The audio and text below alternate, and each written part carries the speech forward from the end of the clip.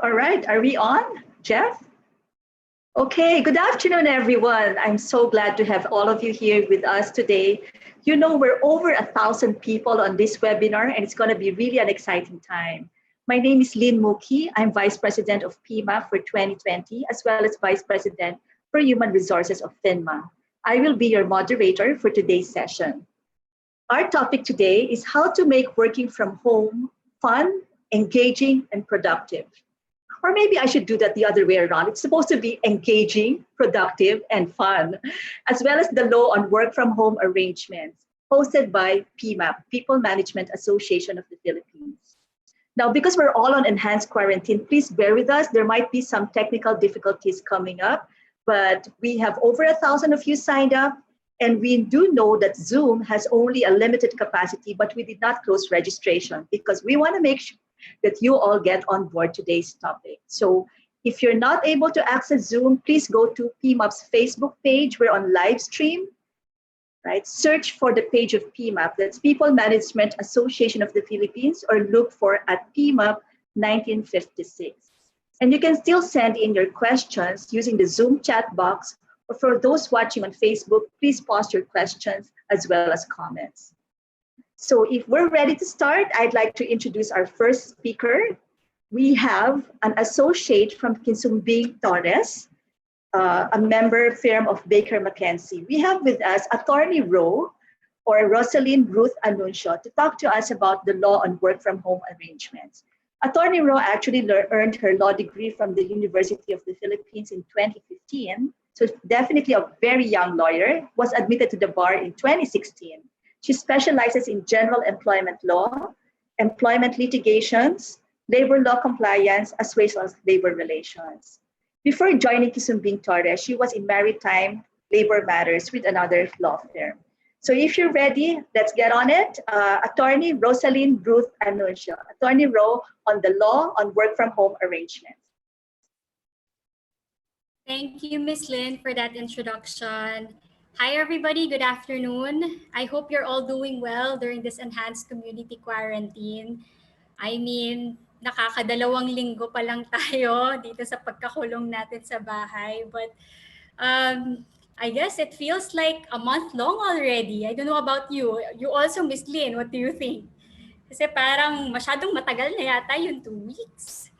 Parang ganun yung feeling eh. But I guess it's because we've built a routine already and we stick with our routine every day. Wala naman tayo masyadong bagong ginagawa araw-araw. So medyo nakakasawa din, nakakainip, I guess. But I guess what we should do about it is to try to look for something new that we have to do every day para medyo may bago, may fresh touch on our daily routine. And work-wise, later on, makikita natin or we'll learn from Miss Michelle on how to improve our work-from-home arrangements, how to make ourselves more productive, more efficient, and how to make it more enjoyable for us. Kasi, di ba, may 2 weeks pa tayo dun sa enhanced community quarantine. And, well, we're not sure kung may extend siya or not. And at the rate we're going, mukhang possible na ma-extend pa siya. But that's a different discussion na altogether, no? So for today, I will be discussing with you the labor law aspect of working from home. Ano bang legal basis nito? Is it even legal in the first place? And what does it mean for the employers and for the employees? Anong implications ng working from home? I'll share with you my presentation. So I'll turn off the video na muna so we can all focus on the slide.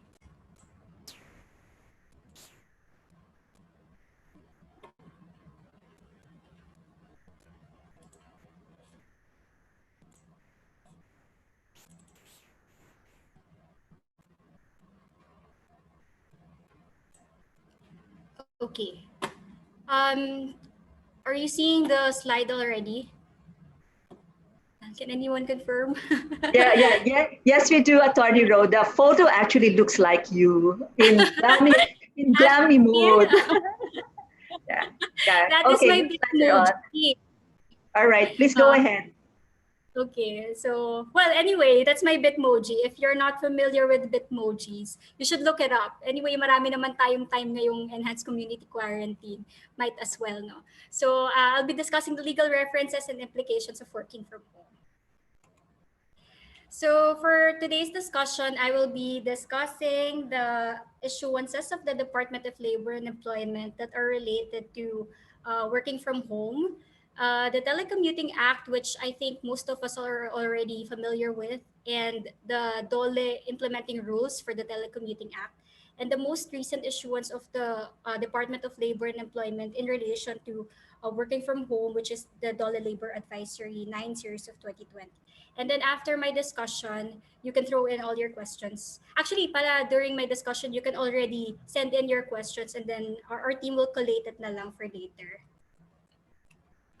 So let's start with Department Advisory 2 series of 2009. So this one provides for guidelines on the adoption of flexible work arrangements, particularly under circumstances where the employer suffers economic difficulties and when there are national emergencies. So I think the COVID-19 situation, the COVID-19 outbreak, can be considered as a national emergency that may validly fall under this DOLE issuance.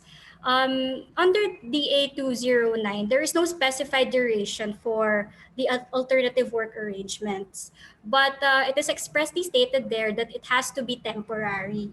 So temporary, actually, medyo malawak naman yung coverage niyan. It could be as short as a month or as long as a year. Wala din namang, what do you call this, limit na dapat 1 year lang. Although, if you say temporary and you exceed a year, siguro medyo questionable na rin if that's even temporary pa.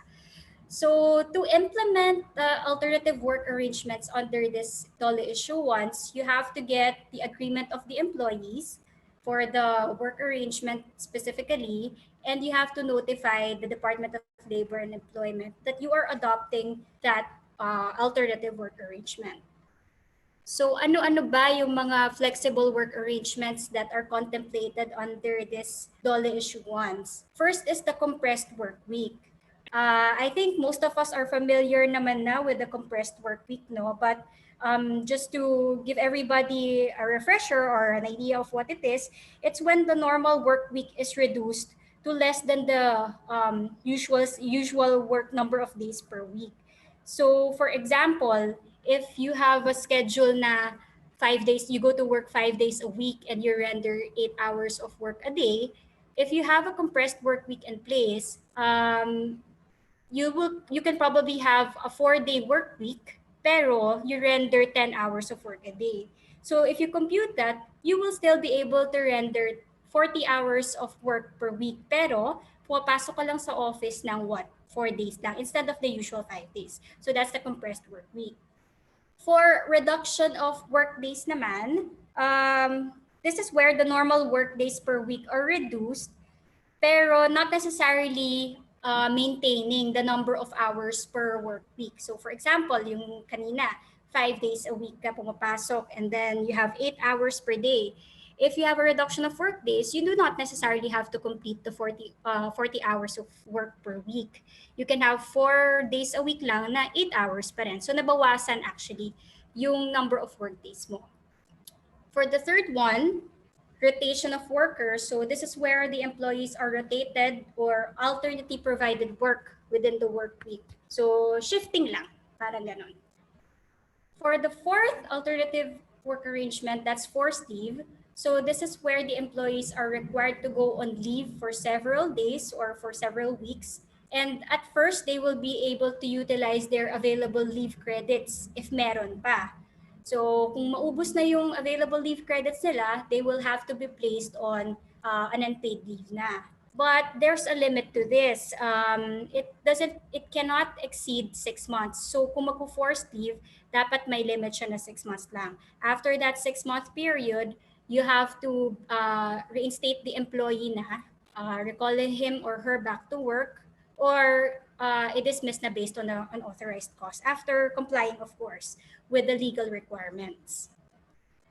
Broken time schedule. Ano naman yung broken time schedule? So it is when the work schedule is not continuous, but the work hours within the day or the week remain. So, interrupted lang, parang ganon, yung work schedule mo. But it's the same number of hours that you render in a week. And lastly, the flexi holiday schedule. So it's one where the employees agree to avail of the holidays at some other days na not the actual holiday. Pero dapat provided na there is no diminution in the benefits received by the employees. So ito yung mga flexible work arrangements that are contemplated under DA 209, but hindi naman siya exhaustive list. So there are other work arrangements that may be agreed upon between the employer and the employee that are not enumerated here. So if you're thinking about the work from home arrangement, pwede pa rin siyang ipasok dito sa DA 209. Except that I think during this time, mga 2009, hindi pa ganun ka popular. Very few pa lang siguro yung mga employers na nag-i-implement ng work from home arrangements. Subsequent to that, there was Department Advisory Number 4, Series of 2010, that provided for guidelines on implementation of flexible work arrangements. So ano naman kinaiba nito? Yung kanina, yung DA number 209, guidelines din naman siya on implementation of flexible work arrangements. How is this different from that? Ito namang DA 410, it does not necessarily think about a scenario where there's a national emergency or an economic difficulty suffered by the employer. So it's merely for the purpose of improving the business competitiveness of the company and to increase the productivity of the employees. And on the part of the employees naman, it will promote work-life balance.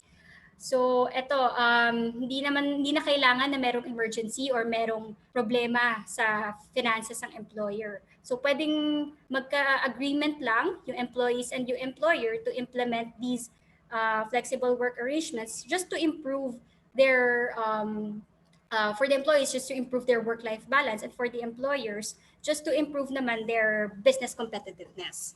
So similar to DA 209, the requirements for this one is that the employees would agree to the flexible work arrangement and the DOLE will be notified accordingly.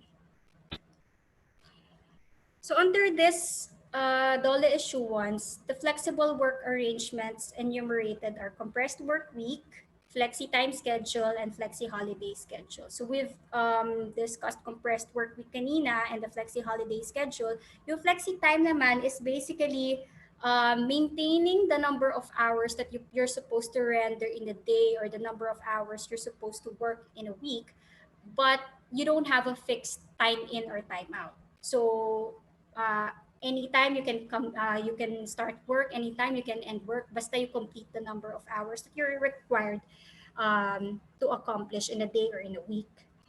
And important also under this issuance is that when any of these flexible work arrangements is in place, dapat there is no diminution of benefits that are received by the employees. Kasi if you do the same work, the same number of hours a day, the same number of hours a week, then you should be able to get the same amount of salary and benefits.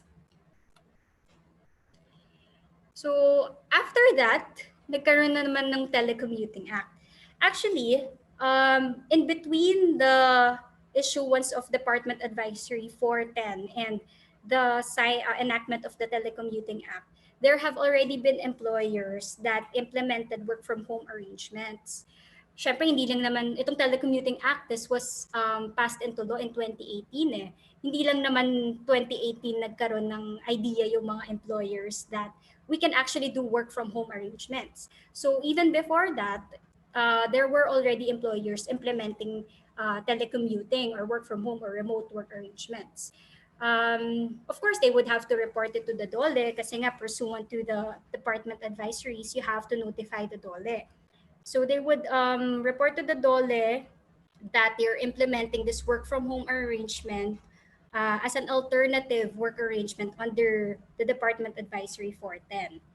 And finally, when in 2018, the government realized that there's a need to formalize or to institutionalize the remote work arrangement, considering that there are already technological developments that would enable employees to work remotely or work outside the the office, the actual office or the physical workplace. So yeah, it recognizes technological developments and it understands that employee is able to work from an alternative workplace. So itong Telecommuting Act, hindi siya actually confined lang sa work from home eh. Because if you consider the term work from home, so dapat nasa bahay ka. Not necessarily. So when you say telecommuting, it can be any alternative workplace. It may be your home or any other location that is not in your actual office. So it could be, let's say, yung mga co-working spaces, di ba? Uso na ngayon yung mga nag-rent out ng co-working spaces. So you can still put that under telecommuting arrangement. So what should we take note with this Telecommuting Act? The adoption or the implementation of a Telecommuting Act has to be voluntary on the part of both the employer and the employee. So, hindi siya pwedeng basta i-implement ng employer without consultation or without getting the consent of the employees. And at the same time, employees naman, they cannot demand it from the employer. Actually, I remember when the Telecommuting Act was passed in 2018, we had a lot of clients who uh, requested advice on this matter because apparently a lot of their employees were demanding to be placed on a telecommuting arrangement or on a work from home arrangement. So we had to explain that it's not something that they can demand. It's not an entitlement to the employees. Actually, it is supposed to be an agreement between the employer and the employee.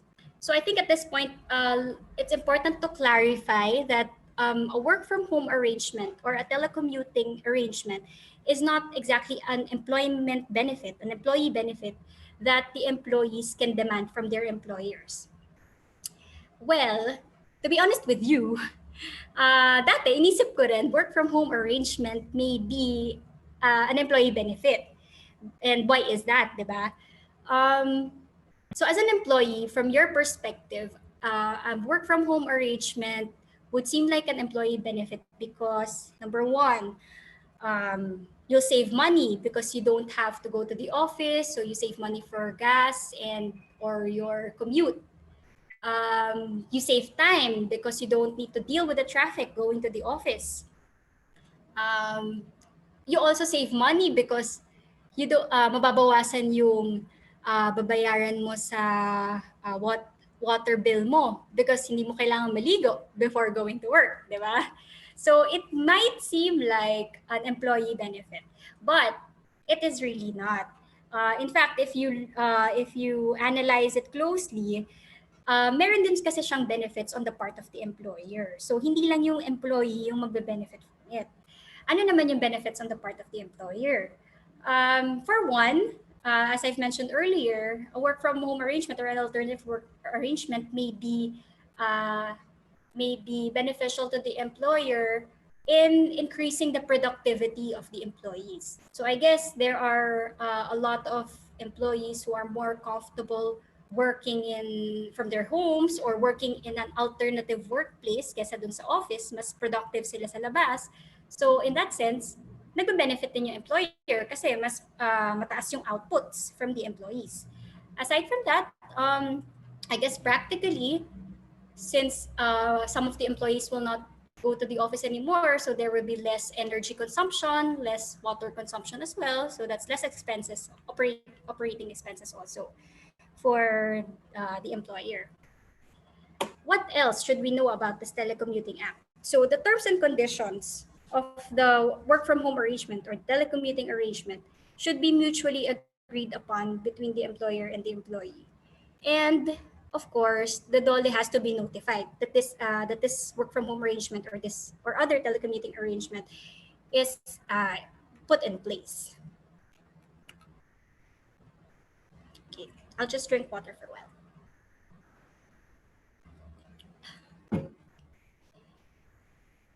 So in implementing a telecommuting arrangement, it is required that the employer has to give written information on the terms and conditions of the arrangement to the employee, and such written information should contain the employee's responsibilities during a work from home arrangement.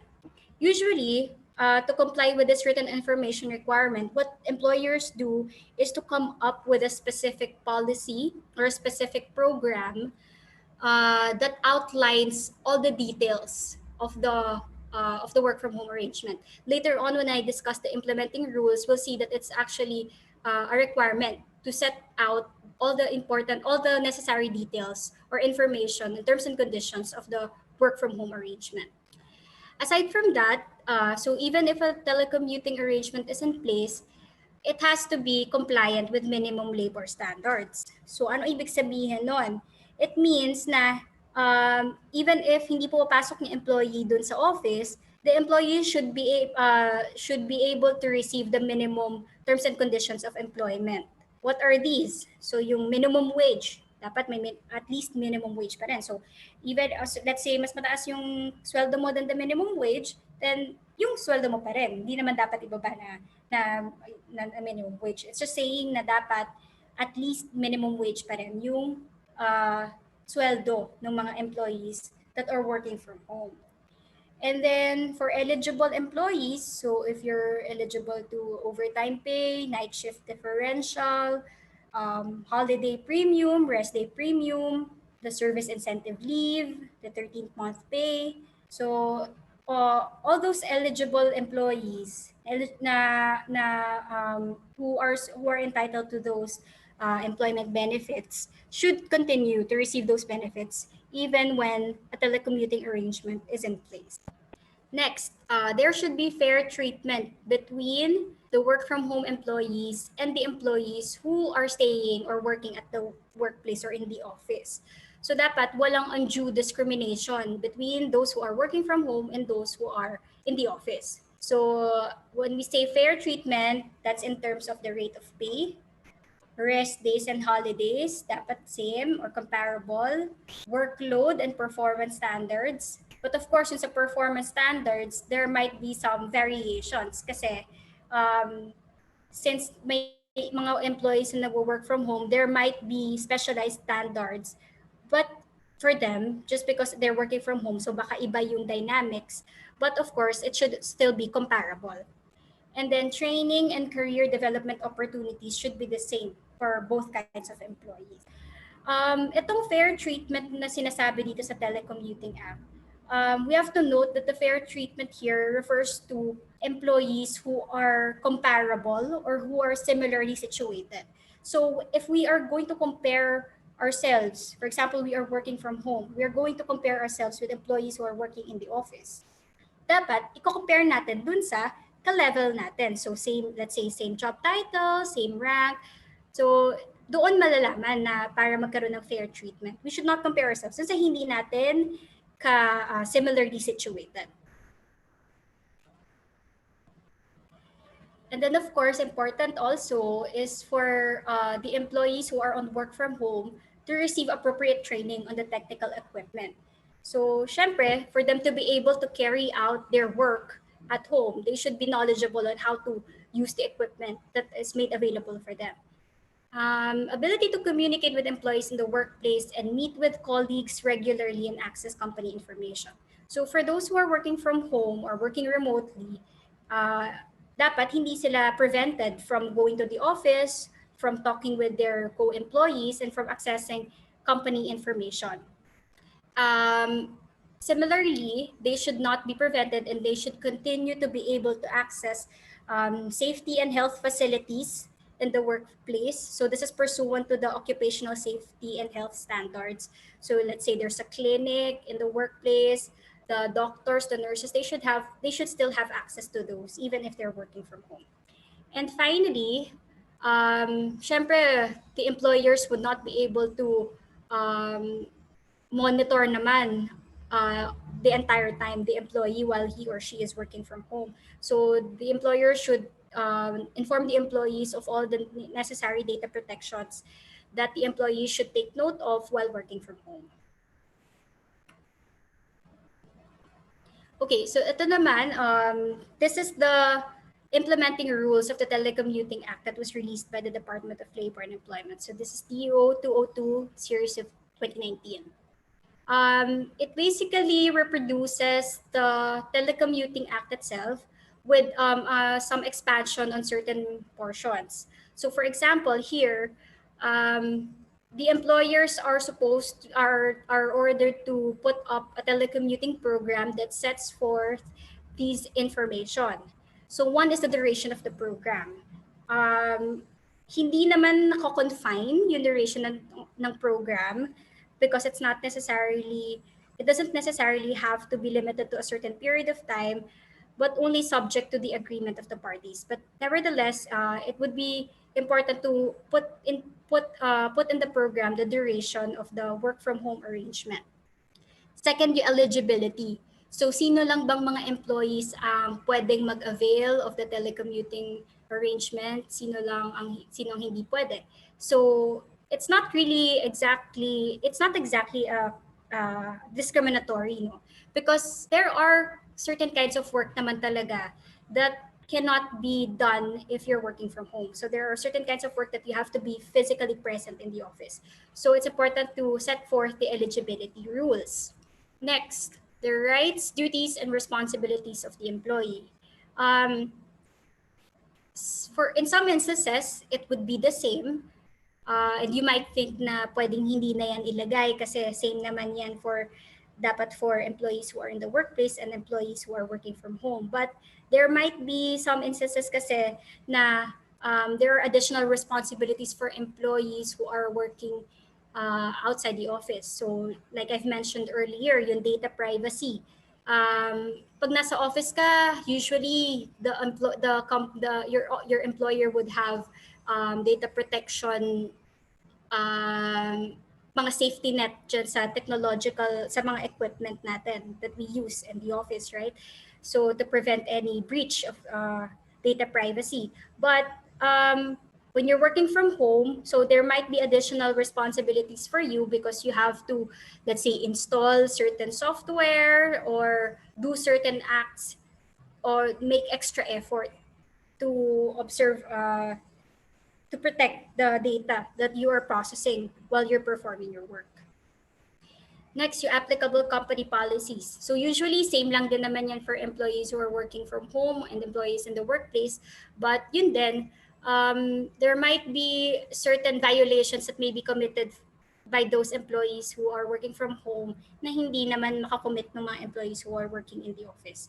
So may mga specifics pa rin yan that should be set out in the program. What are the alternative workplaces na pwede mong trabahuhan? So let's say, hindi naman pwede kung ano lang yung piliin mo kung kahit nasaan ka. So, meron pa ring pwede pa ring dapat pa ring pag-agreehan 'yan ng employer and ng employee. Equipment for remote work. So, anong dapat mong gamitin na tools while you're working remotely, and who should provide these tools? Is it dapat ba ikaw yung mag-provide? Will the company provide, and who will shoulder the costs, etc. Work days and work hours. Yun din. So, kailangan din nakaset out yan sa program. Conditions of employment. So, there might be benefits unique to telecommuting employees in the same way that there might be benefits that are unique to employees who actually go to work. So, for example, baka may transpo reimbursements. So, if you're working from home, then maybe it will not apply to you. So, baka may other benefits that will apply to you. Ninth, this is very important, non-diminution of benefits. So as I've mentioned earlier, even if naka-alternative work arrangement ka, dapat, such as the work from home arrangement, dapat hindi mababawasan yung benefits that you receive from the company. Occupational safety and health. This would pertain to the workplace that you choose, the remote workplace that you choose. So it's important that you comply with the requirements for occupational safety and health in your workplace. Data privacy, as I've mentioned earlier, and then the termination or change of work arrangement. So the telecommuting program should also provide for how the telecommuting arrangement would be terminated, or that this telecommuting arrangement can be modified or changed subject to the agreement between the employer and the employee first. And finally, the recent issuance of the Department of Labor and Employment pertinent to flexible work arrangements as remedial measures due to the COVID-19 outbreak. So medyo nabigla din siguro yung a lot of the employers probably were surprised with the declaration of the enhanced community quarantine and the prohibition on the workers to go to their workplaces, to travel in general, and yung order to close down the private establishments, except for a few exceptions. No? So with that, the DOLE came up with this advisory to provide guidelines on employers and employees.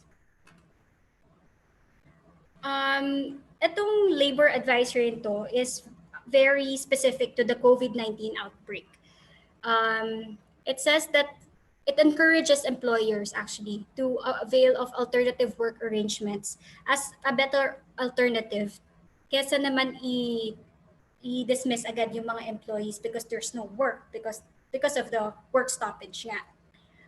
There is no specified duration, but again, this should be temporary because this is in line with the COVID-19 outbreak. Ano naman yung mga alternative work arrangements that are set forth here? Reduction of work hours and work days, rotation of workers, forced leave, and others. So, dun sa others, pwede mag-fall doon yung mga work from home arrangements. In fact, I'm not sure kung bakit hindi pa dito expressly mention yung work from home arrangements when the president in his memorandum and the other issuances of the other government agencies were already pushing for work from home arrangements for those employees who are able to and for those kind of work na kaya naman na i-work from home. But in any case, it should be able to fall under this category. What are the requirements? So consultation with the employees prior to the implementation, the notice to the Department of Labor and Employment prior to implementation, and a posting of a copy of the labor advisory in a conspicuous location in the workplace. But I understand that the DOLE has not been very strict in implementing these requirements naman, especially in terms of the time constraints. Kasi nga, it was quite a surprise and medyo nag-hold din sa oras itong mga employers natin. That's why they're a bit lenient when it comes to compliance with the procedural requirements. Okay, so at this point, I guess going to entertain questions. Right. I'm sure we have a lot of questions. I see a lot of them on the chat mode. But what we'll do to make this more exciting is actually to move right next to the next speaker, and then we'll save all the questions later because some questions are actually related. Are you fine with that, Attorney Ro? No problem. All right, great. Thank you very much for your presentation. Up next, now that we know the law on working from home, what we want to do is to make sure that we also make it efficient, engaging, fun, and effective. And that's what would make employers convinced that this is something that can really work, as well as for employees to feel that this is something that works for them. And to help us understand better how we can make that happen, we have PIMA past president, Michelle Cordero Garcia. She was president for the National PIMA Association in 2018, and now is a member of the Council of Presidential Advisors. Michelle actually has over 25 years in HR. And for those of you who have followed her career like I have, she has gone through several roles, which has brought her into different aspects of HR management. She's done talent management, organization and leadership development, culture and change management, as well as people operations. Currently, Michelle is Regional Director for HR, APAC at Dexcom. Michelle graduated psychology at DLSU, and she's also taken some courses on basic management at AIM. So here we go. Michelle, are you ready? All right, working from home, how to make it efficient, effective, engaging, and fun by Michelle Cordero Garcia. Thank you, VP Lynn. I hope everybody can hear me clearly. So as mentioned by attorney earlier, the work from home concept is not new to us. This has been in place for a lot of organizations for quite a while now. Some people would call it working from home, others would call it working from elsewhere, telecommuting, or remote work. However, in the recent circumstances, I think what happened is that the way it happened is actually the thing that's very, very new to us. It's like overnight, a lot of our employees has gone working from home. The recent community quarantine that was announced on a Thursday, Friday, while organizations were preparing for it. Come Monday, there was announcement on the expanded community quarantine. And then the following day, there were different LGUs who already announced also a more stringent lockdown in some of the cities. So what happened is that we became very, very reactive, complete reaction to something that was unprecedented, unexpected, and interrupted. Interrupted in the sense that there were many different advisories, information that went out. A lot of organizations actually really did their very best to have most of their employees work from home. They deployed desktops, they deployed a lot of the dongles so that people will be equipped working from home. And this is fine. I think after a week or two, we've now more or less stabilized. And now we are in the process of trying to see, are we now implementing work from home properly? Are we compliant with the different rules and regulations presented to us by attorney earlier? And most especially, I think some of us are asking ourselves the question, are we actually doing it in a manner that will be effective and efficient for the organization? I'm sure you've read, researched a lot of articles and materials about working from home, and there's a lot of them in the internet. There's a lot of them in terms of articles, research, readings, even videos. So I will not really dwell on that this afternoon, but I'd like to pinpoint something that's very, very important. While there are a lot of materials out there on how to be effective and efficient working from home, you'll probably see that there might be very, very little or close to zero materials about working from home, working from a Filipino home.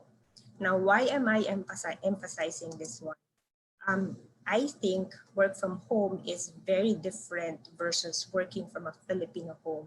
And for us as leaders and HR practitioners, we need to be very, very mindful of this. So what do I mean by this? So let's take a look at how does a typical Filipino home look like. So we all know that we're a very family-centric culture, and this is actually manifested in the way our homes are located or structured in different areas. So in reality, no sugarcoating, conditions of working in a Filipino home is totally different versus working from home in a Western concept and working from home in the original context of things when this was actually being designed and implemented. So let's take a look at locations, for example. Typical Filipino employees would likely be located in an area where it's actually a barangay type of setup, or gated or village subdivisions, or maybe condominiums, or maybe they are located in a housing wherein it's a space sharing, like a dormitory or bed spacing type of arrangement. Now, why is this important? If you observe the community, this is actually all about existing inside a smaller community where groups of people operate and interact. And that's very, very important to know. Another factor to look at is what is happening inside a Filipino home, especially now that we are all in quarantine. I'm sure some of you will say, all right, we have relatives living with us. And when we say relatives in the Filipino culture, these are actually extended relatives, right? We eat together, we watch TV together, we share stories together, we spend 3 p.m. afternoon taking merienda together, everything we do together. And again, this is a very critical element because working from home would require somebody to focus. Working from home would require somebody to be able to concentrate. And if you have this kind of environment, then the question is, how will somebody be able to focus, be productive, be able to concentrate if this is the scenario at home? Another element is the way our homes are actually laid out or designed. A lot of the typical Filipino homes would have an open space. Open space meaning the living room and the dining room all in one. It's a free space wherein everybody is there together, again, doing something together. And even if you designate a specific corner where you can actually do your work, it's still part of that open common space. And again, it poses a challenge in terms of, can people really concentrate? Can people really focus? Can people really do the things they have to do while being in this kind of situation? Now, if you go inside the room, you will also probably see that most rooms are actually in a room sharing type of arrangement. Either they share this with their siblings, they share this with their cousins, they share this with friends or roommates. And sometimes this room sharing, it doesn't have an office table inside. So what happens is that some of our employees, they'll end up working from home while sitting on the bed. Proper tables are not in place, and probably ergonomically, this may not be healthy for them. And there are other aspects, like for example, internet connection, which is very, very critical and very important. And again, if you go and look inside the home, internet connectivity is a challenge, and at the same time is shared. So every member of the household has to have a share in that internet connection. And again, that's a reality that we have to recognize and a reality that we have to accept living and working in a Filipino home. And there are a lot of things, the work conditions inside the home is very, very different from the work conditions that we get working inside an office. Now, I'm particularly highlighting this because of all the articles I've read about working from home. These are the things that's uniquely Filipino. These are the things that I think as leaders and as HR, we need to be very mindful, because this will have impact on productivity and motivation as people continue to work from home on a prolonged period of time. I think working from home for a week is fine.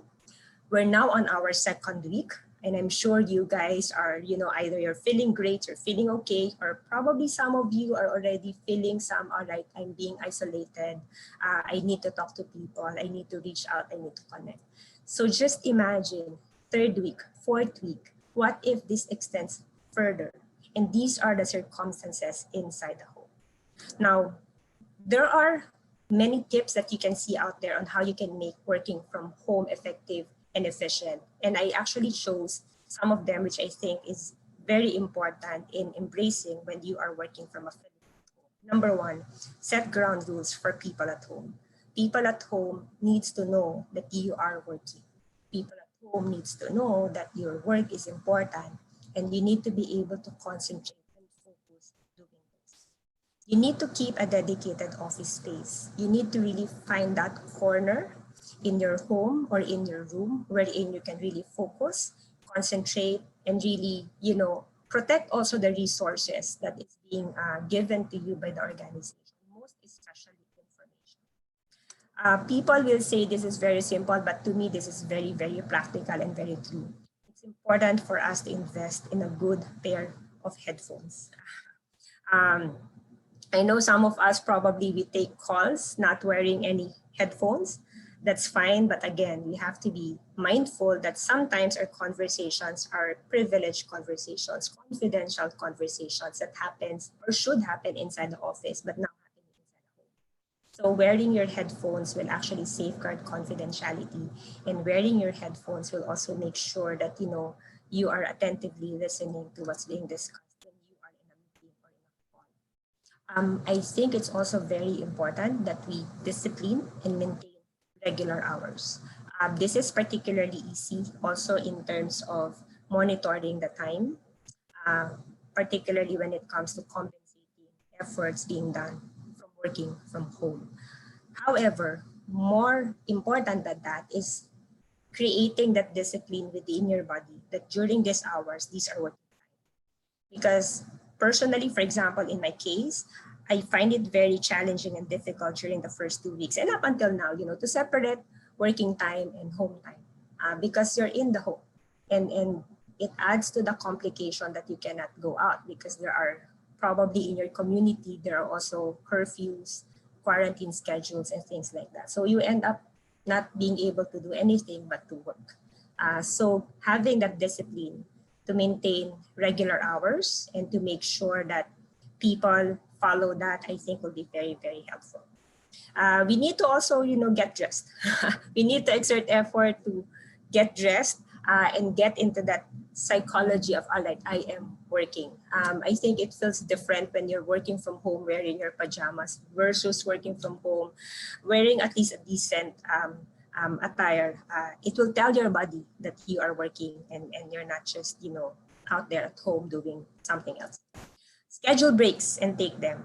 Stand up, walk around, take your coffee, take your water, take your snacks, take your lunch, take your dinner, and make sure that you really observe those. If you have a garden, walk a little bit. If you are allowed to, you can go outside the gate and maybe do a little bit of walking or jogging after, late in the afternoon, and then, you go back and resume doing it. And lastly, very important for us, we need to have that discipline to stay off social media, stay off online games.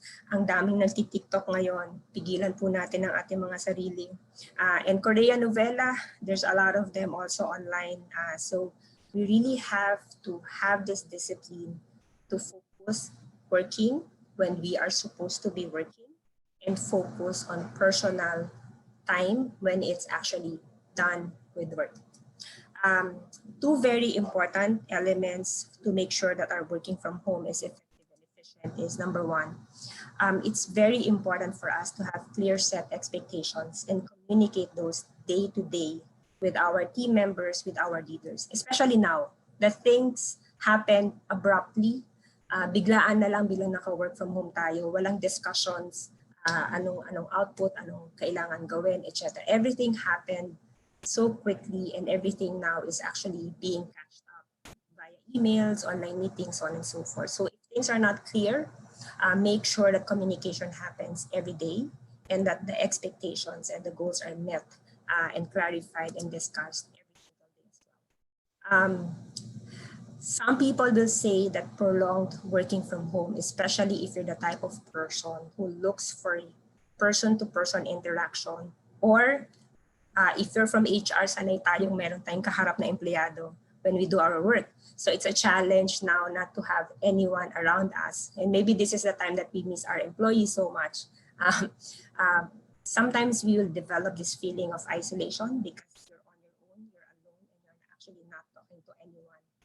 You're not able to exchange ideas as fluidly as before. So we have to be very, very mindful of that. And therefore, we need to come up with ways on how we will be able to still build relationships, collaborate with others, even if we're doing it online. Now, what can leaders do? There's a lot.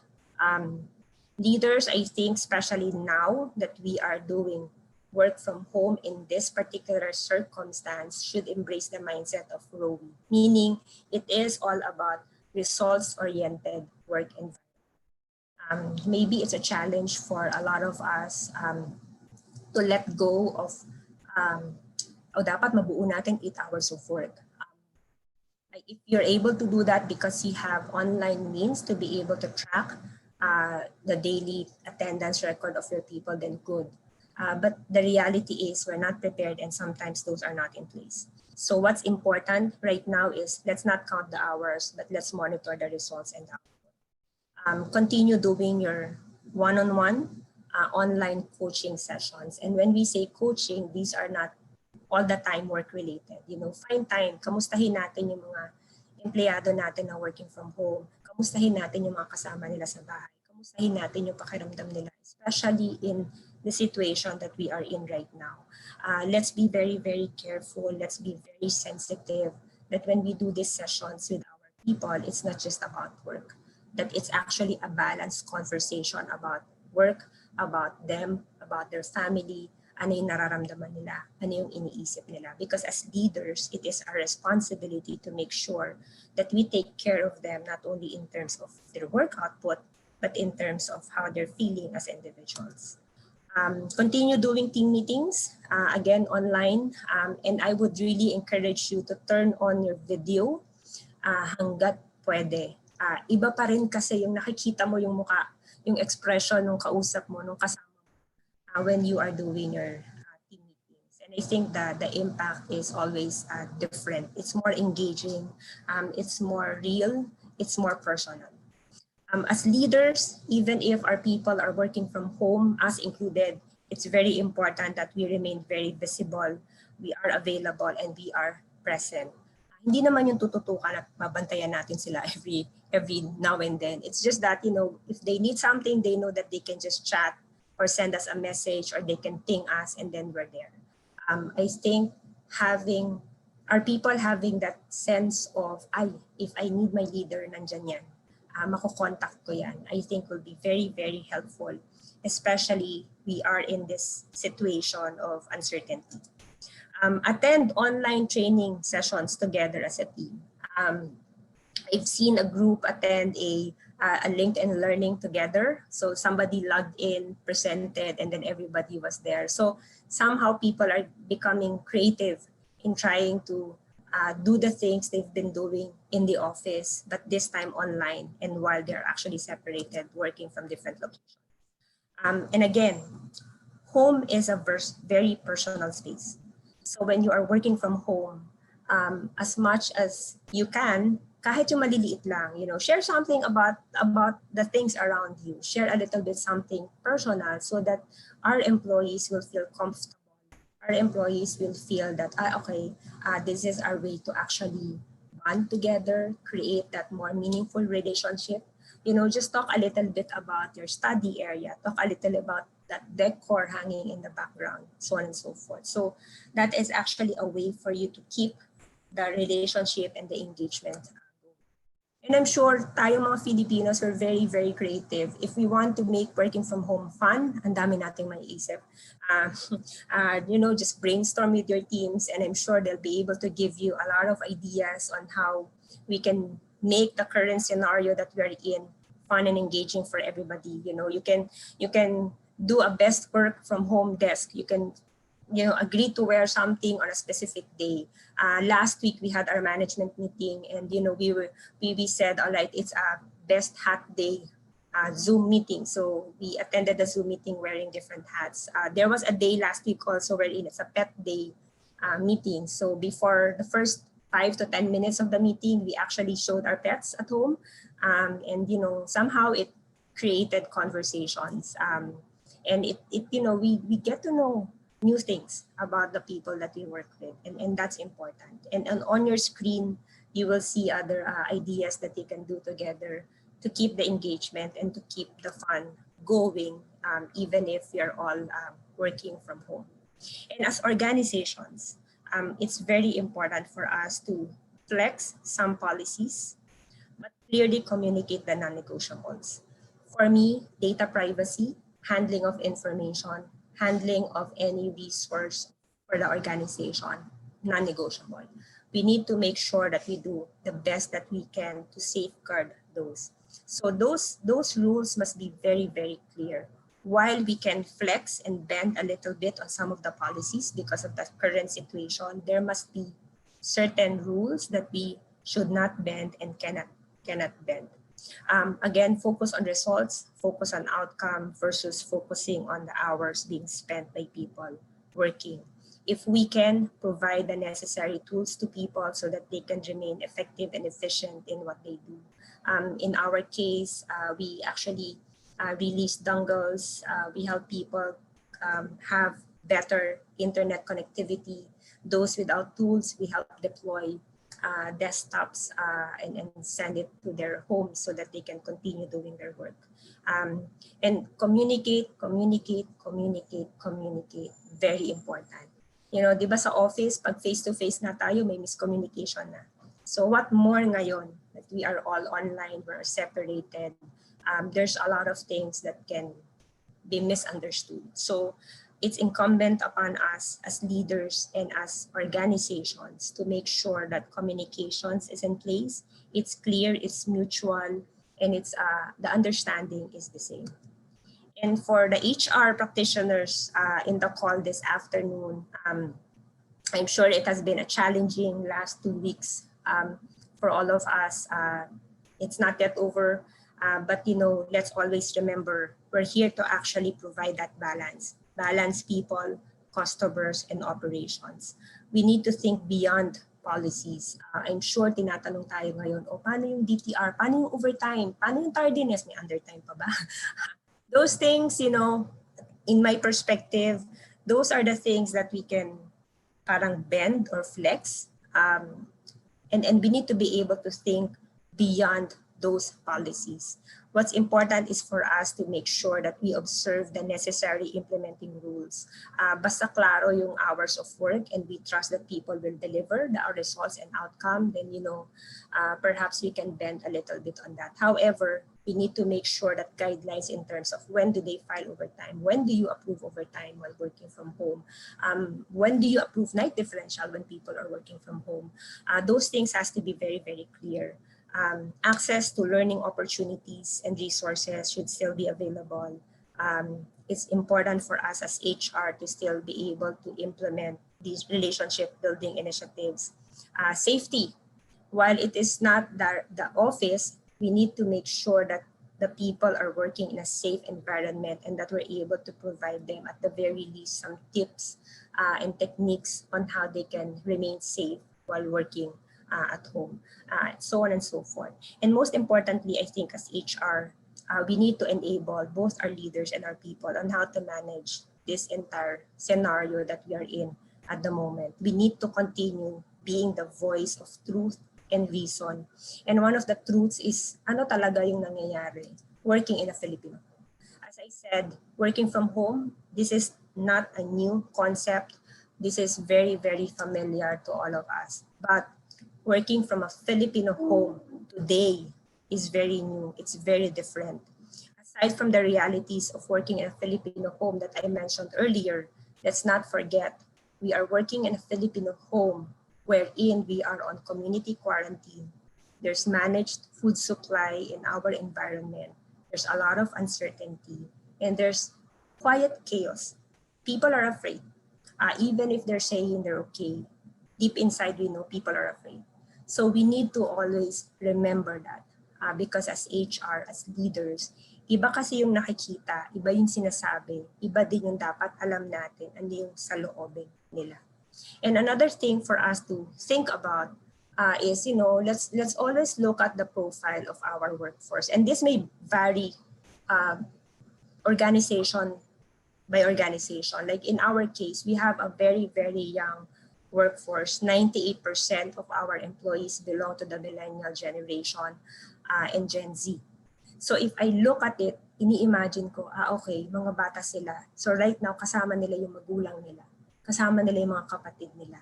If ever they're already married, these are probably people who are either newly married, newlywed, or may mga maliliit na bata. Now, why is it important for HR people to remember those things? Well, number one, kasambahay. Sanay tayo na may kasambahay. But probably right now, marami sa mga employees natin walang kasambahay. So they have to balance work. They have to balance working in a home wherein there's a lot of people around them. And they need to also balance that reality that they need to contribute doing household chores. Those things, very simple. Probably some of you will say, okay, so what about it? Well, again, it affects somebody's motivation, it affects somebody's productivity. And it will also affect the way people view working from home. At the end of the day, whatever it is that's happening right now, the working from home concept, as it is today, I think this is an example of an experience of moments that matter. Kung paano natin i-handle yung ating mga employees, how we behave, how we decide, how we communicate, how we talk to them, how we reach out to them on a situation that is very ambiguous, like this one that we have right now, will show our people what really matters to us as leaders and to us as organizations. So at the end of it all, I hope you realize that working from home is more than just working from home, especially when you are in a Filipino home in current circumstances today. So back to you, VP Lim.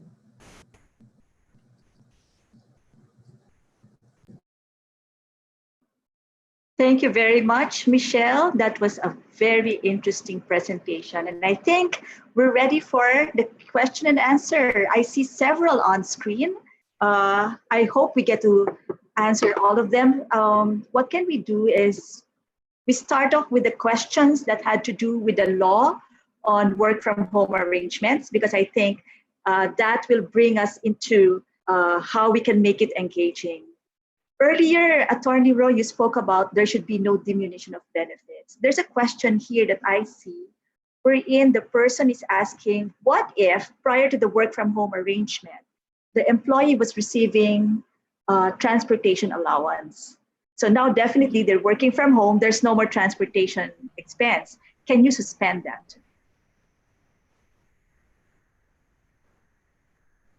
Question for Attorney Rowe. The question is, The question is, can you suspend? Yeah, can you hold or can you suspend the transportation allowance since they're not having that expense anyway since they're working from home?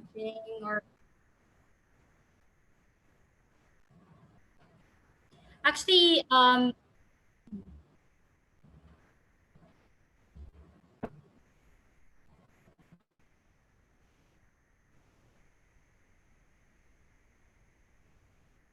it will depend actually. So the allowance may or may not be withheld depending dun sa terms ng pag-grant ng allowance.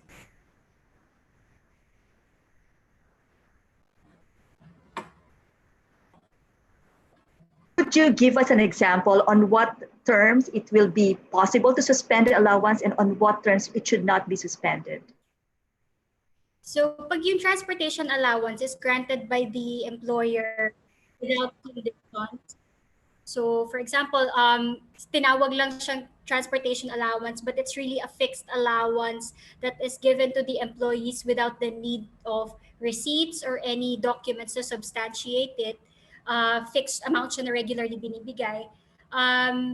Yun, dapat hindi yun mababawasan or hindi yun withhold during, even if hindi na nagko-commute or hindi na gumagamit ng transportation yung employees. But if the transportation allowance is made subject to, let's say, the submission of receipts, or submission of receipts for gas or submission of receipts for your grab fare or something like that. Basta pag nire-require pa siya na meron kang kailangang substantiating document to submit before it is given, then in that case, there's basis para hindi ibigay yung transportation allowance. Right. I think that's pretty clear. Thank you, Attorney Rowe. Now, this question is specific to the flexible work arrangements during this time of the enhanced community quarantine. Kailangan pa po bang mag-notify sa DOLE kung mag-work from home ang company? Eh, biglaan naman itong pag-declare ng ECQ. Yes, actually, it's a legitimate concern because I'm sure maraming employers yung nabigla nga dun sa declaration ng enhanced community quarantine. So, of course, the DOLE just issued a labor advisory on that, saying that the employer should notify the DOLE. But like I said earlier, I think the DOLE is not very strict naman right now when it comes to enforcing that those procedural requirements, especially considering the time constraints. So what I would advise in that case is, even if nag-implement na kayo, still submit a notice na lang din to DOLE just to report the implementation of that flexible work arrangement.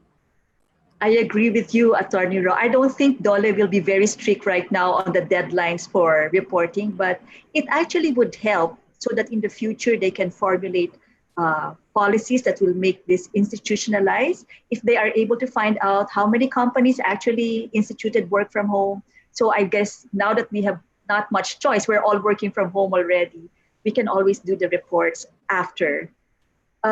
This one is about compensation. For operations and business sustainability, can we legally implement a temporary pay cut or a reduction in pay? It could be straight across the board. Everybody gets, for example, 25% less pay. Or can we actually pay them only according to the amount of time that they're working from home, assuming that you're able to monitor how many hours they're working from home? Okay, so as a general rule, you cannot unilaterally reduce the pay of the employees, their salaries and their benefits. So that would be a violation of the non-diminution of benefits rule.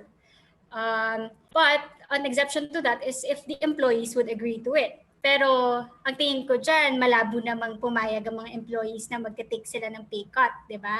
So most likely hindi. So in that case, hindi talaga pwedeng i-reduce yung pay. What they can do is actually to reduce the number of work hours or work days like what I've discussed earlier na alternative work arrangements. But if we say na they would render the same amount of work, they would perform the same amount of work hours and work days and then reduce their pay, that should not be allowed. I think, okay, related to that would be, what about if she will be paid hourly based on output? Is that okay?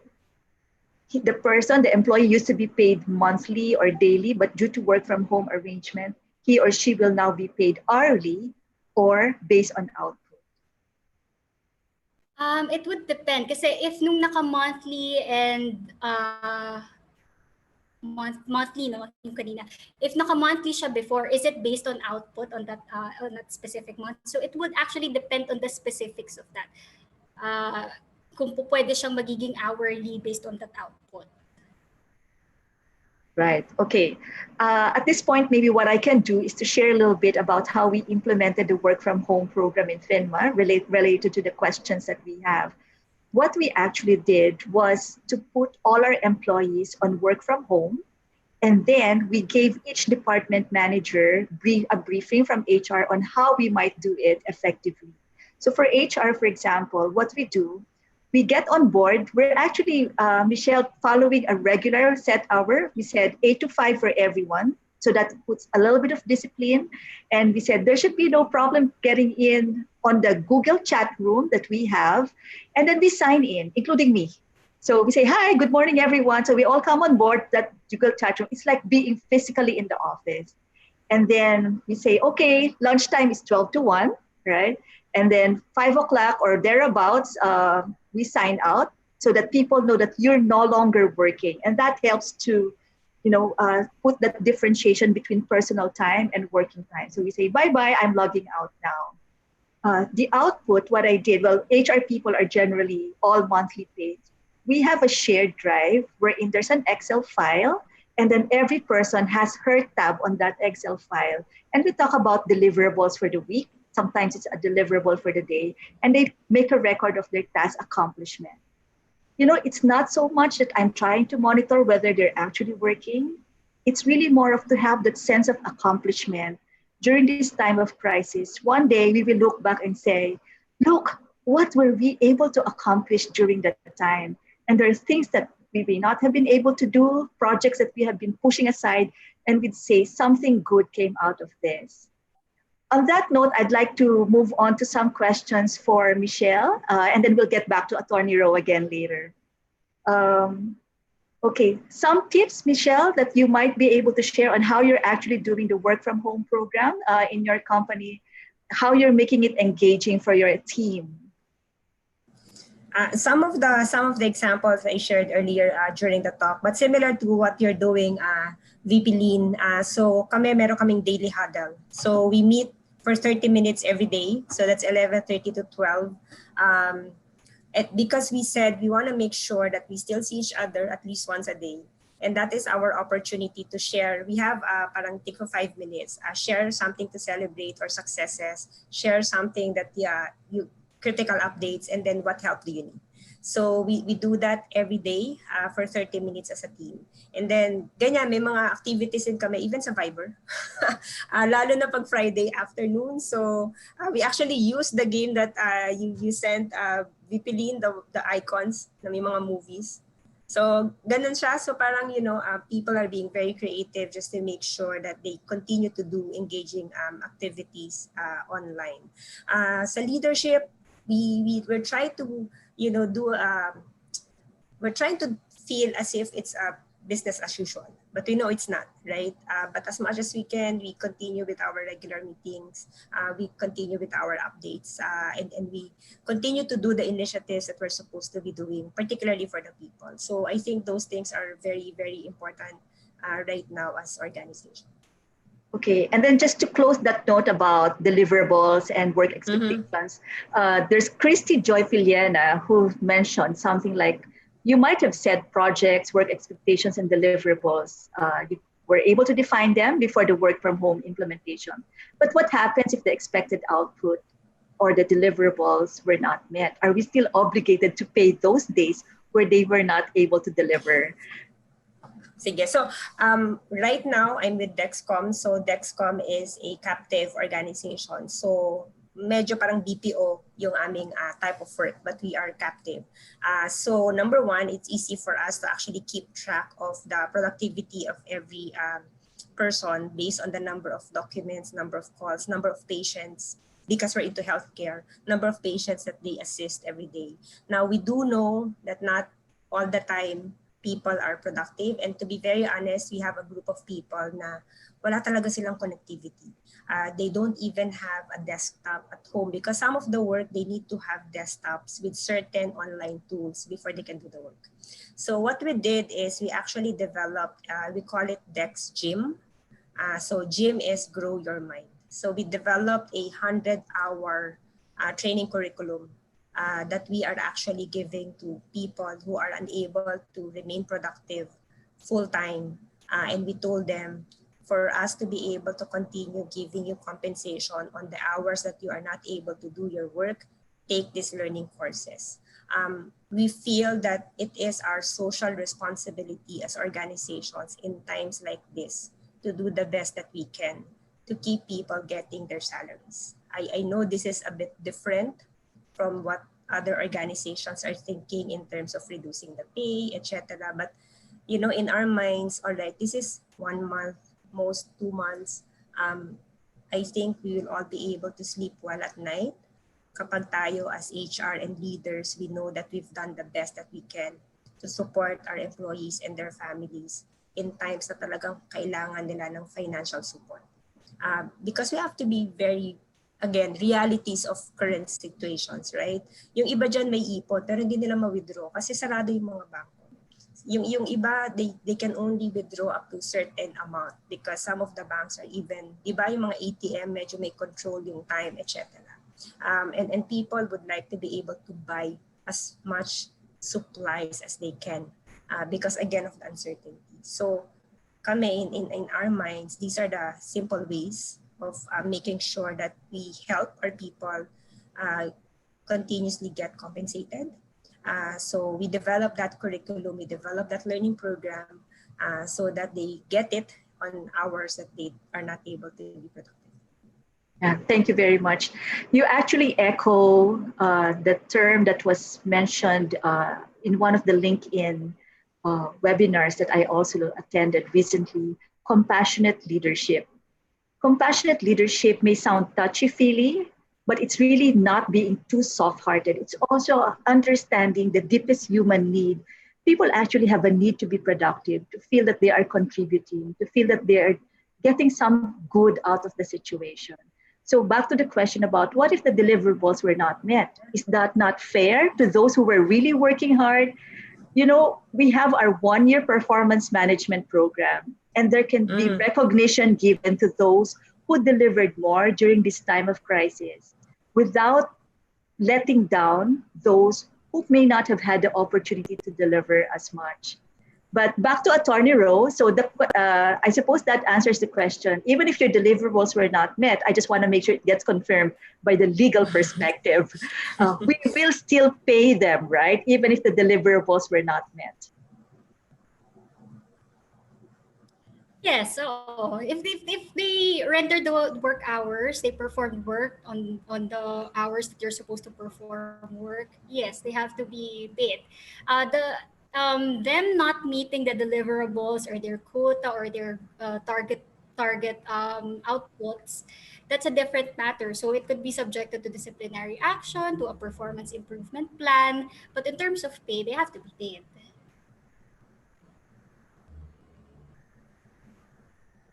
Right. I think we've pretty much resolved that. Now, the matter of the leave credits, because some employers are paying work from home, the regular salary, without taking away from the leave credits. That's what we're doing at FINMA. We said whether or not you're really able to work straight 8 hours a day, this 1 month quarantine, we will pay you your salary. But I understand that some employers are actually invoking the use of leave credits, which is still part of the legal perspective, the legal parameters. So the question is, paano kung na-exhaust na yung kanyang leave credits? What is the factor to be used if we will make a deduction on the monthly paid employees? Okay. So first of all, if the employee is working from home, so nakakapag-perform naman siya ng work, dapat hindi babawasan yung leave credits. Yes. Yeah. Okay. But we're talking about deducting from the leave credits if the employee is, let's say, not working or on forced leave. So, i-charge yun sa available leave credits niya if meron pa. Once the leave credits are exhausted, the employee will be placed on an unpaid leave. But yun nga, sabi ng DOLE in their issuances, they're encouraging employers to be more flexible, more compassionate in granting additional leave credits with pay to the employees during the COVID-19 outbreak. So parang helping hand na rin din ang ibigay ng employer sa employees. Anyway, so for the unpaid leave, ika-calculate naman nila yan based on sa number of days that the employee is on unpaid leave. So we have, may mga divisors tayong ginagamit depending on the number of work days in a year that we are requiring our employees to report for work. So for example, kung 6 days a year, 6 days a week sila mag-report for work, that's 313 yata days yung divisor na gagamitan. 261 naman kung 5 days per week yung schedule ng employees. So they will compute based on that divisor, and then ang idadadak lang nila exactly yung number of days that the employee is on unpaid leave. I guess that's pretty clear. There's a question here from our PMAP treasurer, Paz Malubay. Hi, Paz. I guess you are here in the webinar with us. I'm glad that you're here with us. Her question is, so this applies whether we're under the COVID-19 situation, we will still need to pay normal salary. After the COVID outbreak. You mean when this gets resolved? Now, her question is, I'm reading it verbatim. How about this COVID-19? Do we still need to pay normal salary?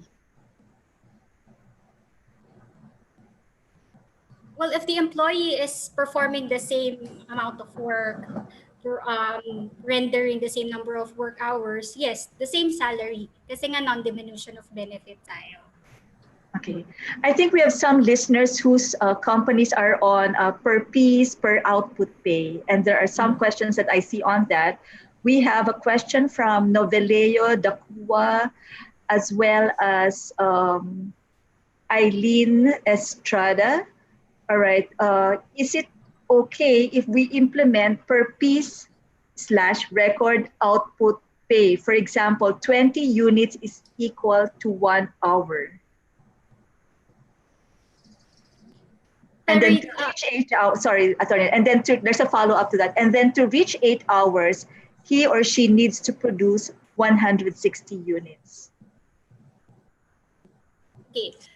So pursuant to that non-diminution of benefits, so if that is the scenario, we have to take into account the kind of work or how the employee was being paid prior to this COVID-19 outbreak. So let's say before this enhanced community quarantine, this COVID-19 outbreak, was the employee being paid using that formula? Or is it just because nagkaroon ng ganitong declaration? So if before the employee was being paid regardless of the number of units that are being produced, then it would be a diminution of benefits if magi-impose tayo ng panibagong rule on how the employee will be paid this time based on the units. But if the employee is really output based naman even before pa based on the number of units, then we could continue doing that for during this time. Right. There's a question here, which is pretty interesting, I think, Michelle. Can you share some games that you can do while working and online? Okay, while Michelle is thinking about how to address that, I'm going to ask Jeff to bring up a photo. I'll share one thing that we do in FEDMA um, uh, to keep people engaged. VP, Are we, the question is for you. No, it's actually to all panelists, but I believe Attorney Ro can share as well. Okay, the first screen. Okay, on screen you see Sige. 3 photos of what we do in FINMA. On the left side, well, it's my left, but I suppose it's the right. The one that's labeled urgent and important.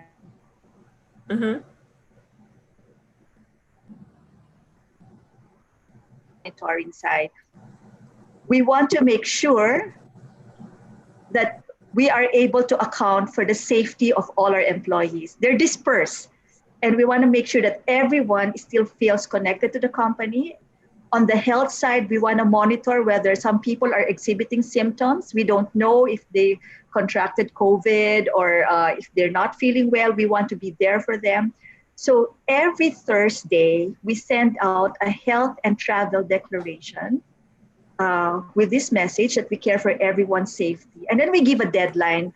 Please answer by 4 p.m. so that we are able to keep track. And when people report there that they have some symptoms, like they may have a cold or they're not feeling well, they have aches and pains, my HR team follows up with calls. So we have outbound calls at this moment, and we call them and make kamusta. How are you? Every 3 days, we want to make sure that nawawala ba yung symptom o lumalala, di ba? Because that's how we know whether they're getting better or not. And then some days, just so under stress, we come up with stress reliever for the day. Let's have some fun. We ask people to send a photo of themselves doing something fun for their wellness. It can be something that's physical. They're climbing on the stairs, they're exercising, or we tell them to say hi online to their friends. This is what Michelle mentioned earlier. If you're tired of wearing your home clothes, why don't you get dressed up for work and take a selfie and send that to HR?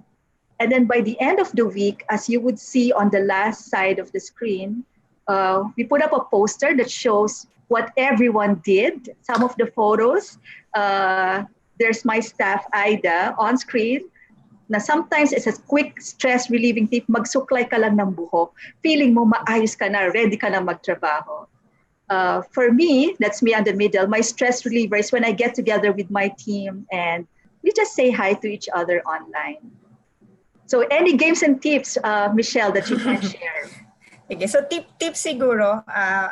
So I shared a few of them during my presentation, but just to add, siguro this is a combination of HR programs and also some engagement activities. So like, for example, I'm sure you're all familiar with online consultations. So that's we have a partnership with Medgate. So that one we've activated, and we made sure that people can call the hotline and consult with our physicians online. They can get prescriptions online so that they don't need to go out and go to the hospitals if they are not feeling well. We also launched the Employee Assistance Program, wherein people can call a number and they can talk to a counselor or psychologist. And we extended that to our employees and their family members. So anyone, anytime that they need to talk to somebody, they call that number and somebody will talk to them. It's not us. We actually partnered with professional counselors manning that particular number. And again, we extended it even to family members. And then learning and development, continuously we're doing our online virtual training. We're promoting our learning resources online. We feel that, when we are so focused working from home, sometimes we need a breather, right? We need to do things in a different way. And probably this is the time for people to spend, 30 minutes or 1 hour per day doing something that will help grow their mind, their heart, their body, and soul. And then we also launched HR Connect. So HR Connect, this is actually interesting. So in-invite lang namin group of people, we give them a Zoom link, and then we tell them anytime you want to drop by, just go inside the Zoom link and HR people will be there. So it's like walking into the HR office. Pero this time it's a Zoom. So we were trying to introduce a semblance of may HR office pa rin, online nga lang. So we did that for the first time this morning. So I was informed that there were about 19 people who came in during that 1 hour that Zoom link was open. Wala lang, nangangamusta, yung iba nagtanong, yung iba nangangamusta lang din, kamusta po kayo, anong ginagawa. So it's a combination of people dropping by, asking questions at the same time, just checking on HR as well, which is nakakatuwa kasi they also check on HR. And then on the fun side, so we have our own internal Facebook in our organization, and our engagement team, they just launched a TikTok competition. So ang daming TikTok doon. So this is an example of we're doing things on the benefits and welfare side. We're doing things on the learning and development side. We're doing things on the engagement and continuous collaboration side, and then on the fun side as well. So I hope that helps. Great. Okay, this is ibang scenario. So for attorney, Rome, this is not regarding work from home, ma'am. What if, okay, and I'm smiling, but it's really not a funny situation, but what if na-lockdown na po si employee sa loob ng building? So hindi na siya nakauwi. So syempre, hindi siya work from home, right? Is there any policy na nagsasabi na pwedeng i-hold ang overtime ng mga tao and after quarantine siya babayaran? By hold, does it mean that the employees would still earn it pero delayed lang yung payment? That seems to be how I understand the question. Kasi hindi naman sabing hindi siya babayaran eh.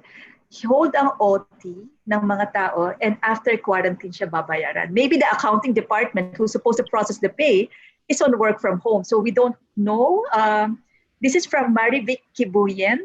Feel free to send a follow-up clarification to your question so we could understand better what the scenario is. Okay, pero based on the limited information that we have now, ideally, dapat hindi siya i-hold, dapat bayaran siya on time. And if madelay siya, there may be basis for the employee to file a complaint to get it. But I'm sure parang kung may mga ganyang disputes naman, mapag-uusapan naman yan. So kung kakausapin na maayos si employee na hindi siya mabibigay, then maybe hindi tayo magkakaproblema. But I think merong mga employers na instead, because they cannot deposit the payment sa banks, what they do is actually send the money as in cash instead of depositing it dun sa bank accounts. So there may be ways. But if you're asking if pwede ba, well, dapat hindi pwede. Pero yun nga, it's a matter of, I think, agreeing with your employee also, para to avoid any exposure and para maayos din yung usapan. Pero dapat bayaran. It cannot be not paid. Okay, I think we have only a little bit of time left. I see it being flashed on screen that you could actually send more questions to the HR help desk at pmap.org.ph. And we will do our best to answer the questions. We will be forwarding them to the PMAP resources and experts. I believe we have time for maybe 1 or 2 more questions. If I could go back to that. Question for Attorney Rowe again.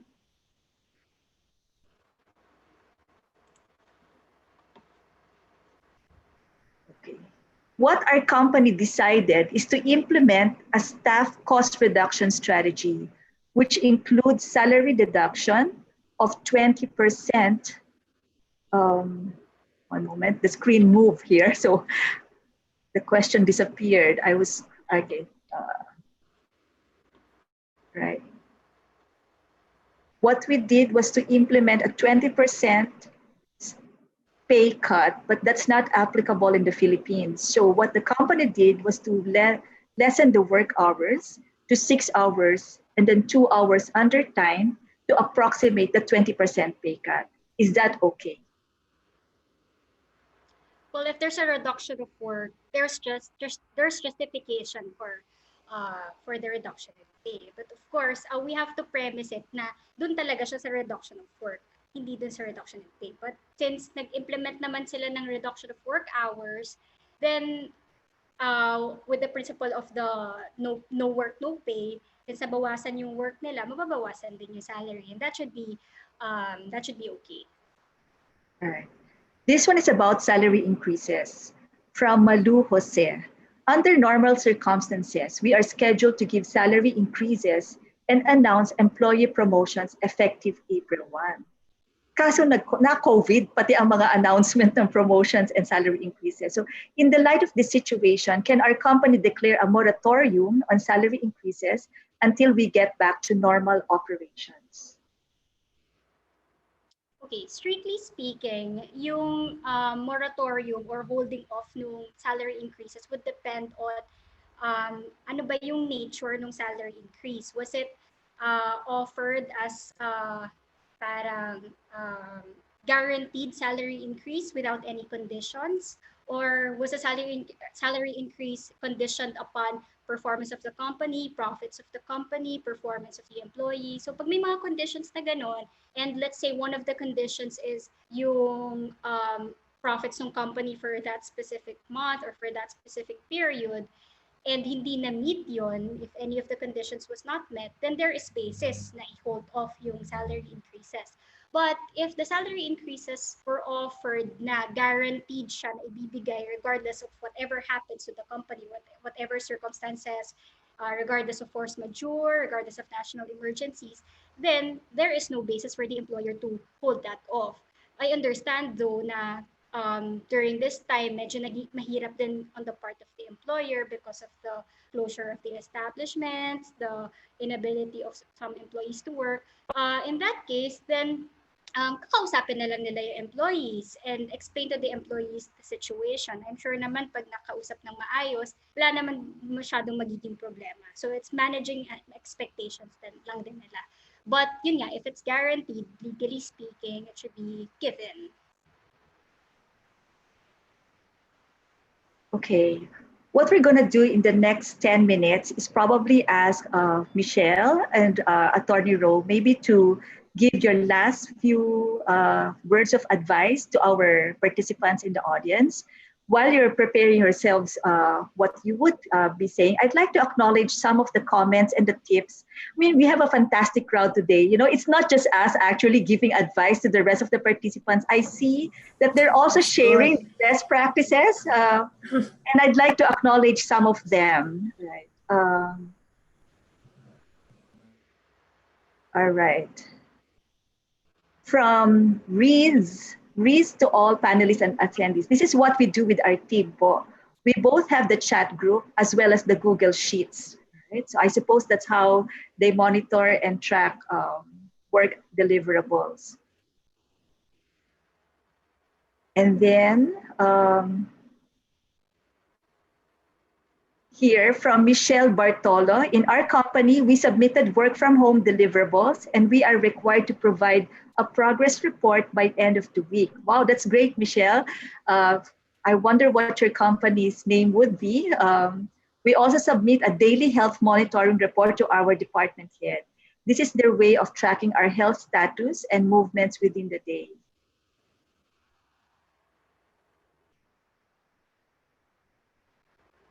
Okay. Aha, here's a comment from our PMAP treasurer, Paz Malubay. Kasi kanina may nag-comment na sabi ng HR nila, this is Mary Vicky Boyan, they don't have HR to do the payroll. So that's actually a problem. That's why the employee probably are not able to receive their pay. So Paz Malubay says her company can actually do their payroll, so you can pay your employees on time. Paz, I believe, is from PNG, Grand Thornton, Philippines. I'd like to acknowledge that. All right. Here's from somebody named Le. Okay, I don't get the full name, but sharing what we are doing in the team. We are using either Zoom or Microsoft Teams. We already did Taboo Game, category game, and guess the song title. Hey, maybe we should do that in this seminar. We also launched DOH 14-day challenge. I wonder what that is. From Angelita Teodoro, in relation to the topic, our company is really utilizing this work from home arrangement. We are given a task for the day and we need to accomplish it for the day. We are also required to check in to monitor our attendance. Right. Okay.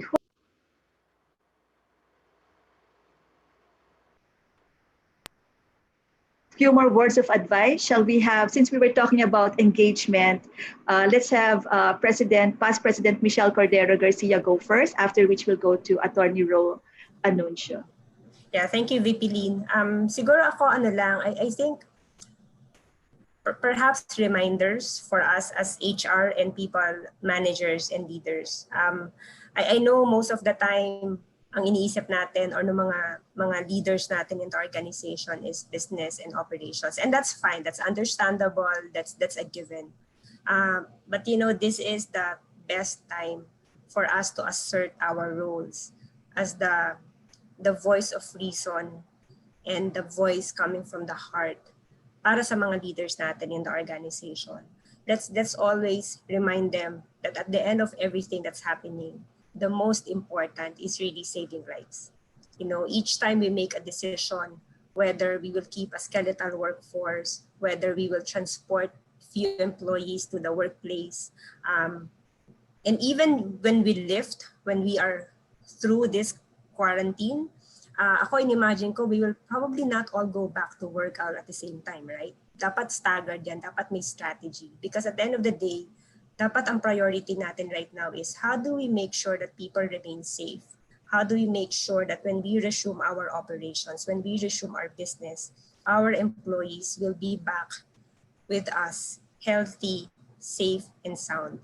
And everything that we do, everything that we will embrace as strategies in the organization, we should always remember ano ba yung makakabuti both for our employees, sa mga tao natin, and to the business. I know it's easier said than done, but sometimes if we're able to explain it in a proper way, if we're able to contextualize things to our leaders, then probably they will listen. Because this is more than just being in a quarantine. I think we are right now in a period wherein tayo bilang mga leaders, we need to make sure that we really show malasakit sa mga empleyado at kasama natin sa trabaho at yung mga kasama nila sa bahay, which is their families.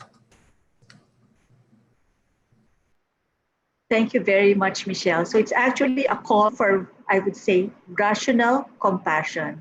It's not compassion that is bent on just no reason, we have a reason why we want to show compassionate leadership at that time.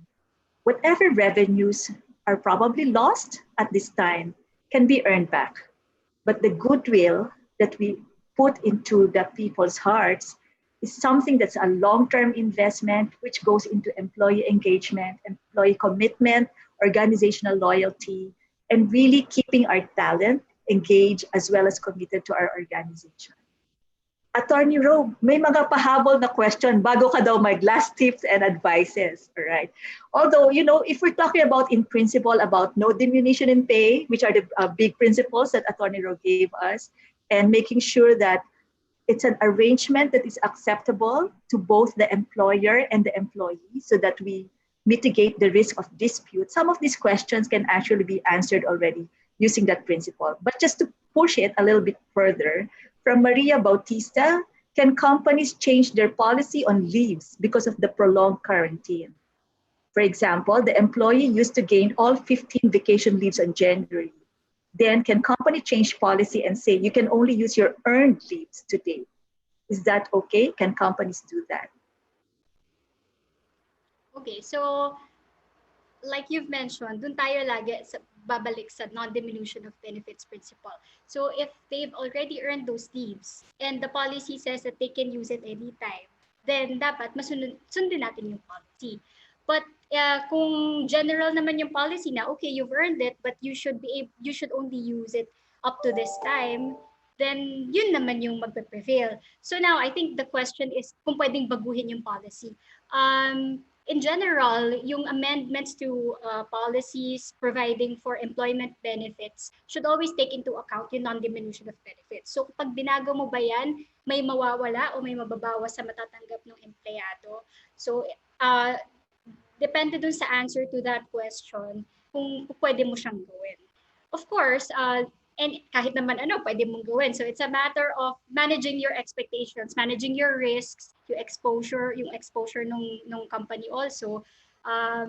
So yun, depende lang din talaga kung ano yung nakalagay dun sa policy and based on dun sa principle of non-diminution of benefits.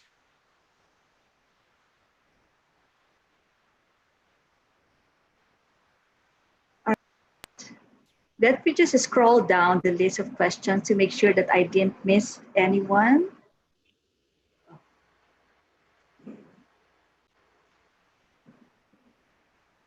Oh, okay. Somebody wanted to know, can you share the details of DOH's 14-day challenge? But that was sharing from a co-participant. So if whoever shared that can bring it up, I would probably be able to read it. Right. Well, so far, we've got our trustee Mark Hernandez on the webinar with us as well. Thank you to the panelists. Congrats to PMAP. Thank you, Mark, for joining us today. Okay, this is again another question that pushes the question some more. What if the employer will just pay 50% of their salaries for just staying home without working? Would that be a violation? That's for Attorney Royce Pulse. Actually, there's no violation. In fact, that is very generous of the employer na nga. Kasi di ba we have a principle na no work, no pay. So if you did not perform any work for this enhanced community quarantine period, then supposedly wala kang salary, wala kang bayad. But if the employer is going to grant the employees 50% of their salaries, even if they did not work, it's actually more generous. And I'm sure the DOLE will welcome that very much. Okay, here's a sharing from one of our attendees, Hazel. There is a free app you can use to track productivity. It's https://clockify.me.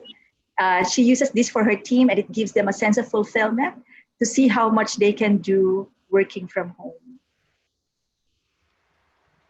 From Rosary May, in our company, we also have fixed work hours and we clock in and out via our HRIS.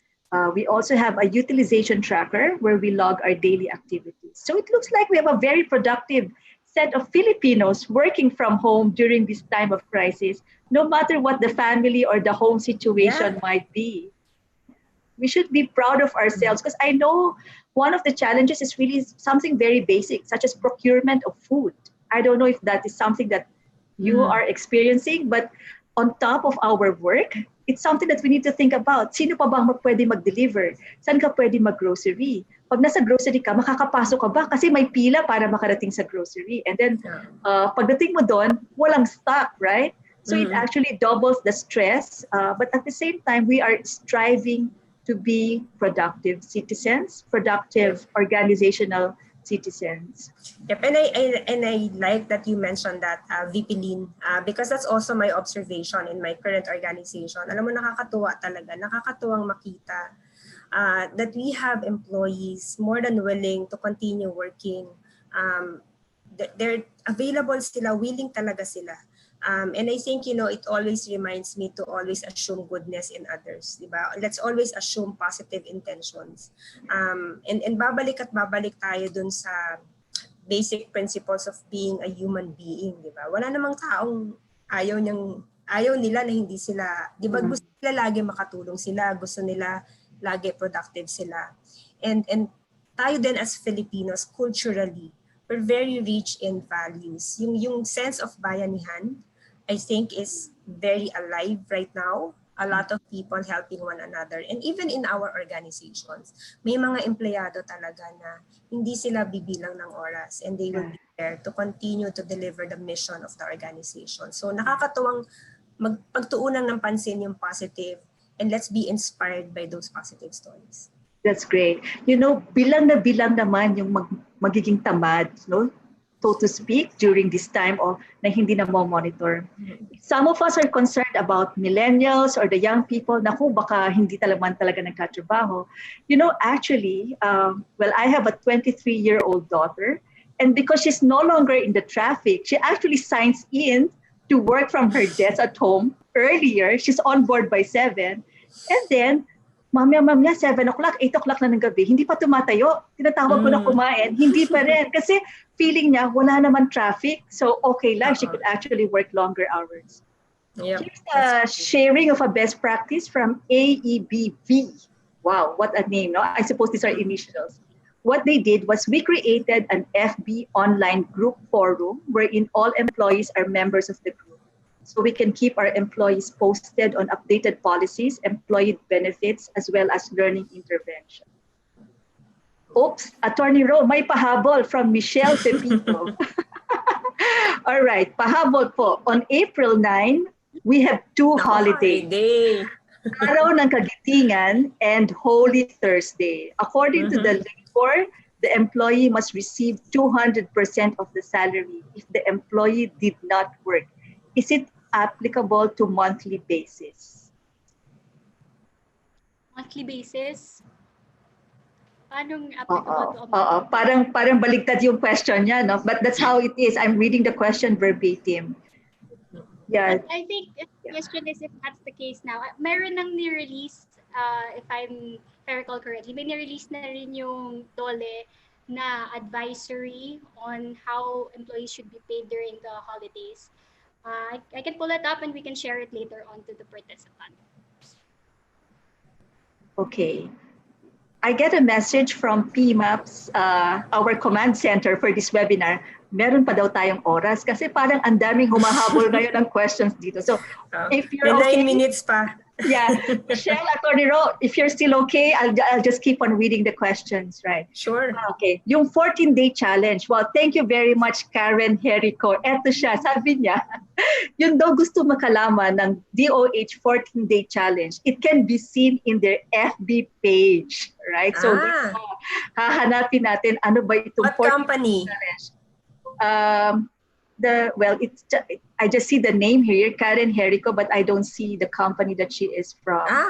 There, she sent the link. All right. Yeah, she said, yeah, thank you very much, Karen Jericho. Kopya na. Kopya na ng link. Yeah. Attorney Ro, is it legal to do layoff during COVID? Yes. Yes, kasi yung layoff naman actually, wala naman siyang time or season or period na pwede lang siyang gawin.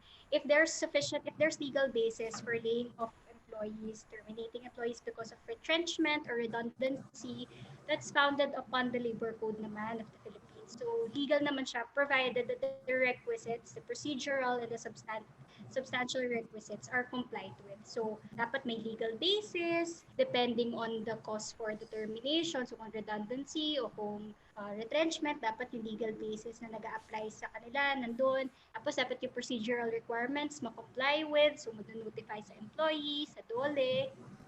As long as ma-comply yun, pwede siya even during this COVID-19 outbreak. And then siguro to add to that, VP Lynn, kasi tama si attorney, pwede talaga siya. Legally, we can do that. On the other side of the coin, and this is where HR usually will play a big role, right? It's answering the question of, tama ba yung timing? Because even if it's okay legally, there's a lot of factors that are in play. And again, this is an example of mindfulness, diba? We need to be very mindful na yung mga ganyang desisyon, while legally pwede talaga yan, we need to think beyond how will it impact a person kapag ginawa natin siya during this time of crisis. How will it impact the family? Anong mararamdaman nila? Ano yung mas magiging long-term impact to them? Now, I do understand sometimes yung mga business, wala talagang choice. Then dun papasok yung, then we have to make sure that we communicate it properly. And before we call and make that decision, na talagang na-explore natin all possible means and options. Because we're not just taking away somebody's work. We're taking away somebody's means of livelihood. in a crisis, in a situation na kailangan nila. So yun siguro yung mga sensitivities that we really need to think very, very careful and very, very hard and make sure that we assert and share those insights to our leaders. Right. Well said. Attorney Ro, anything that you want to say as your parting words? Well, from a legal perspective, dapat lang naman compliant tayo. But like the Dole said niya, let's be compassionate both on the part of the employers and the employees. Dapat we do this together. We're in this together, parang ganun.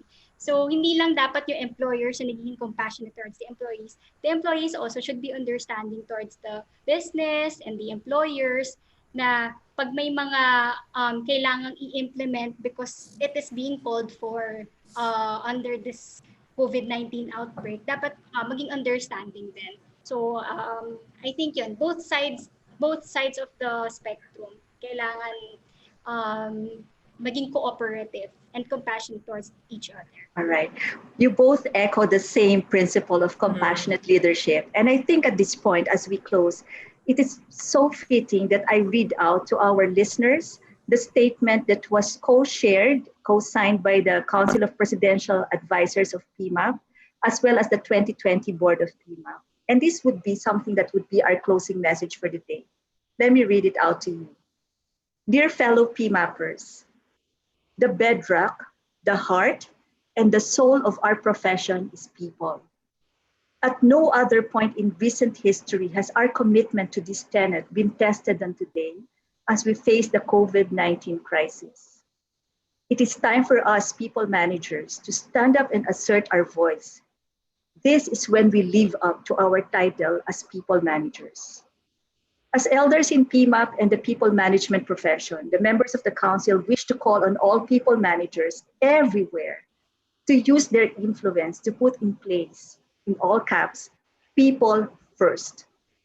Responses that will safeguard, protect, and empower people at this critical time. Let us seize this opportunity to show our employees that indeed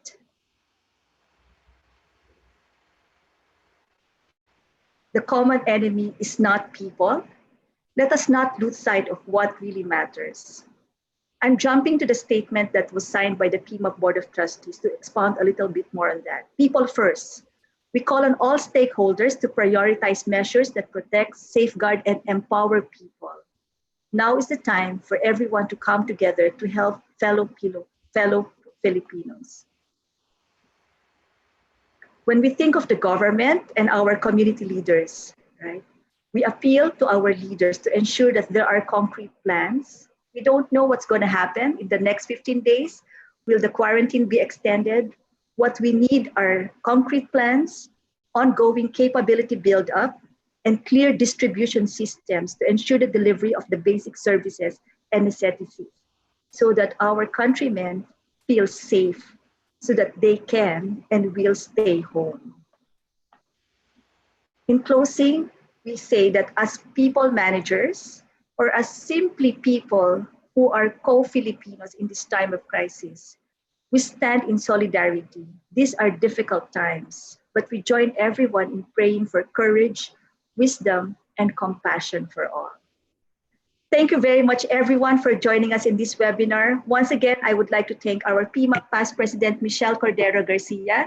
If we could just give her a round of applause wherever you are, we can feel it. Thank you very much, President. Thank you po. Thank you very much, Attorney Rosaline Ruth Anuncio from Kisumbing, Torres. And if you have more questions, please send us an email at PMAP. You can visit pmap.org.ph page for webinar tutorials for the next ones. And it's available through live streaming as well if you miss some portion of it through our Facebook page. Thank you, everyone. Thank you. A safe and healthy week ahead. Thank you, everyone. Ingat po. Bye.